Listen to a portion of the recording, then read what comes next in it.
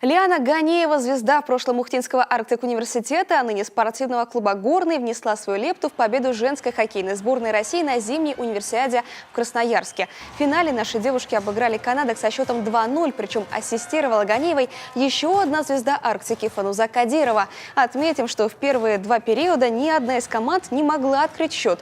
И только в третьем отрезке встречи Ганеева наконец забила свой первый на этих соревнованиях и такой важный для нашей команды гол.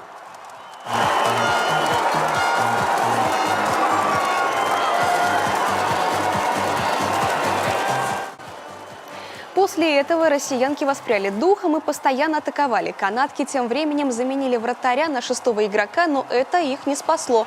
Алевтина Штарева едва ли не с середины поля отправила мяч в пустые ворота.